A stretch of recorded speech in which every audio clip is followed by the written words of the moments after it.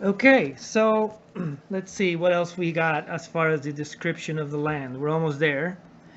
In Numenor, all journeyed from place to place on horseback. For in riding, the Numenorians, both men and women, took delight. And all the people of the land loved horses, treating them honorably and housing them nobly. They were trained to hear and answer calls from a great distance. And it is said in old tales that where there was great love between men and women and their favorite steeds, they could be summoned at need by thought alone. So I guess here we have an understanding of this kind of symbiotic relationship that Numenorians have with their steeds that they did try to touch upon in Rings of Power. I will give them credit for that, but it was almost kind of just thrown in there as a plot point that was necessary for the touching moment, if you want to call it that, between Elendil and Isildur prior to the erupting of Mount Doom. And even later, when Elendil is trying to talk to Isildur's horse, and I know people have pointed also to Aragorn's relationship to his horse. Um, it's a real thing. It's something that has weight to it. But when you throw it into a storyline without much of a, I don't know, there's a way that you can create a sense of weight to traditions and cultures. Someone can imitate your culture. We all know this, and it can feel empty and hollow, versus someone that understands the weight behind it and gives it that proper moment. Sometimes it's really just giving it the right time, throwing it in just to say, well, we talk to horses, and this horse knows that what's happening to you because it's connected to you. That doesn't saying it doesn't convey it, right? But nonetheless, it is here. Therefore, the roads of Numenor were, for the most part, unpaved, which seems odd, made and tended for riding, since coaches and carriages were little used in the earlier centuries, and heavy cargoes were borne by sea. Okay, still seems odd. So it's almost like a very rural type of culture, right? Very, they're either mariners or they are on horseback, but they don't seem to have the need for, the movement within the actual land of heavy materials. Everything seems to stick to the shores. So, kind of a simplistic life for a culture that's supposed to rise to supremacy in the Second Age. The chief and most ancient road suitable for wheels ran from the greatest port, Romena, in the east to the royal city of Armenelos, and thence on to the valley of the tombs and the Meneltarma, and this road was early extended to Ondosto within the borders of the Forostar, and thence to Anduniae in the west. Along it passed wains bearing stone from the Northlands that was most esteemed for building, and timber in which the Westlands were rich. The Edain brought with them to Numenor the knowledge of many crafts and many craftsmen who had learned from the Eldar, besides preserving lore and traditions of their own. But they could bring with them few materials. That's what I was saying. I don't see how you can get materials moved without, you know, the capacity for movement of heavy wagonry. I don't know.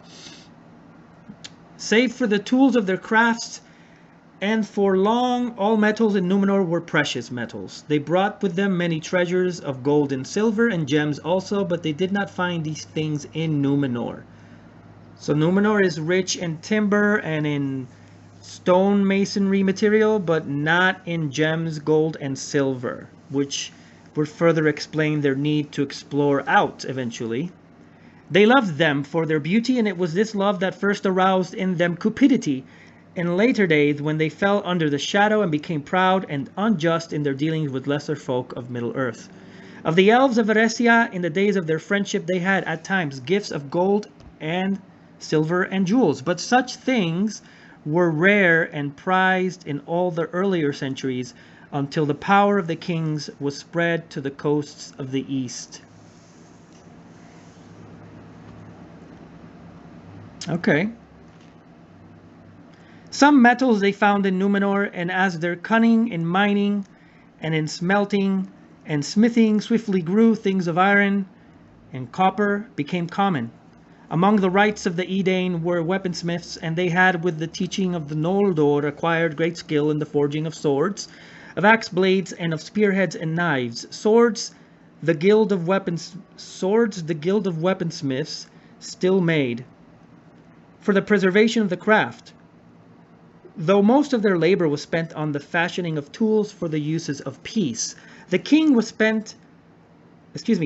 and most of the great chieftains possessed swords as heirlooms of their fathers, and at times they would still give a sword as a gift to their heirs. There's a note here. The king's sword was indeed Aranruth, the sword of Elu Thingol of Doriath in Beleriand that had descended to Elros from Elwing, his mother. So that's pretty significant. Other heirlooms there were beside the ring of Barahir, the great axe of Tuor, father of Erendil, and the bow of Bregor of the house of Beor. All significant in the First Age. Only the ring of Barahir, father of Bera in one hand, survived the downfall, for it was given by Tar Elendil to his daughter Silmarien,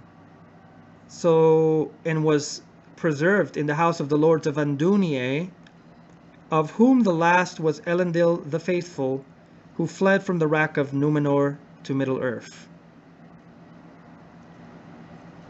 Interesting. In Gondolin,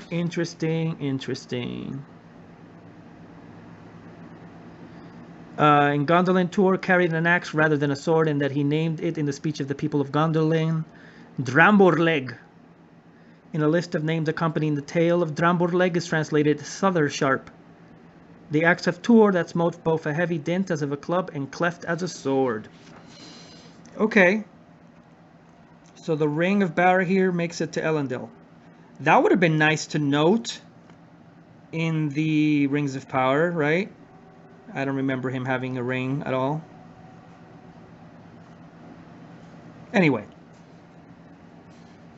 And at times they would still give a sword as a gift to their heirs. A new sword was made for the king's heir to be given to him on the day on which this title was conferred. But no man wore a sword in Numenor, and for long years few indeed were the weapons of warlike intent that were made in the land. Axes and spears and bows they had, and shooting with bows on foot and on horseback was a chief sport and pastime of the Numenorians. In later days, in the wars upon Middle-earth, it was the bows of the Numenorians that were most greatly feared. The men of the sea, it was said, sent before them a great cloud, as a rain turned to serpents, or a black hail tipped with steel. And in those days the great cohorts of the king's archers used bows made of hollow steel, with black feathered arrows, a full ell long from point to notch. Very important description of their bows and their arrows and the significance of that in their usage. Something that would have been nice to see as well. These are little things that add color and flavor when you are visually seeing these things, you know, and not just having them thrown together. Interesting that there was no need for swords, but these were kind of like heirlooms until later on, right? But for long, the crews of the great Numenorian ships came unarmed among the men of Middle-earth.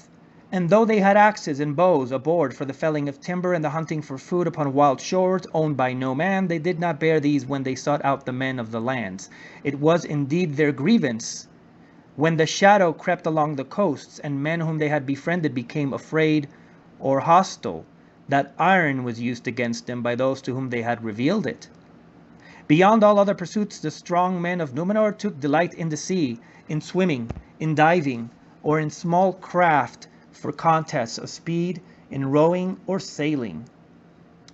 The hardiest of the people were the fisher folk. Fish were abundant all about the coasts and were at all times a chief source of food in Numenor. And all the towns where many people congregated were set by the shores. From the fisher folk were mostly drawn the mariners, who as the years passed grew greatly in importance and esteem. It is said that when the Edain first set sail upon the great sea, following the star to Numenor, The elvish ships that bore them were each steered and captained by one of the Eldar, deputed by Círdan. And after the elvish steersmen departed and took with them the most part of their ships, it was long before the Numenorians themselves ventured far to sea. But there were shipwrights among them who had been instructed by the Eldar, and by their own study and devices they improved their art until they dared to sail ever further into the deep waters. So just like in the beginning of the First Age, when men basically learned the language and learned everything from the elves if they went west, here once again with Numenor we have the same thing, where even in this point their shipmanship and their knowledge all still comes from the elves, right? The elves are the common denominator in the advancement of humankind. When 600 years had passed from the beginning of the Second Age, Veantur, captain of king's ships under Tar Elendil, first achieved the voyage to Middle-earth. He brought his ship, Entulesse, which signifies return, into Mithlond on the spring winds blowing from the west, and he returned in the autumn of the following year. Thereafter, seafaring became the chief enterprise for daring and hardihood among the men of Numenor. Something that we did get a sense of, at least very much in the Rings of Power. I will give them credit for that. That was kind of cool to see the training of the youth in shipmanship. And Aldarion, son of Meneldur, who we will talk about next, whose wife was Veantur's daughter, formed the Guild of Venturers, in which were joined all the tried mariners of Numenor, as is told in the tale that follows here. So I guess this was a preamble to the story of Aldarion, and Aldarion would have also been a good character to see. I'm sure he's not mentioned in the annals, but again, I mean, it's a big falling out that we don't get to see him, because if it would have added flavor, it would have added significance. Aldarion's tale is important in terms of how Numenor transitions from being an insular culture to one that becomes more and more increasingly about seamanship and faring out into the lands of the Middle-earth, and eventually becoming conquerors in that land as their greed and their obsession with living eternally takes hold on them, especially through Sauron and the arrogance of Ar-Pharazôn.